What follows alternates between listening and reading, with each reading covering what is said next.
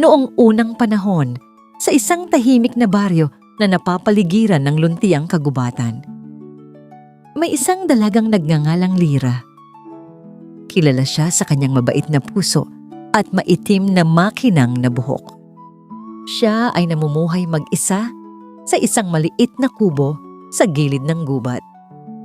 Sa kabila ng kahirapan, siya ay mapagbigay.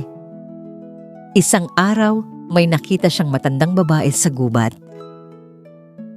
Agad niya itong tinulungan at inalalaya. Ibinigay niya ang huli niyang pagkain at tubig. Ang matanda ay isa palang diwata. Nagpakita ito ng tunay na anyo at nagpasalamat. Lumipas ang mga araw at nagkaroon ng matinding tagtuyot. Nagutom ang mga tao sa baryo. Nanalangin si Lyra upang matulungan ang lahat. Kinabukasan, may tumubong kakaibang puno. Nagkaroon ito ng maliliit na bunga. Ang mga bunga ay naging kulay lila at itim.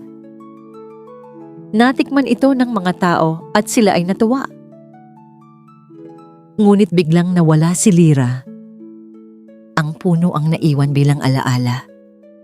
Tinawag itong duhat bilang pag-alala sa kanya.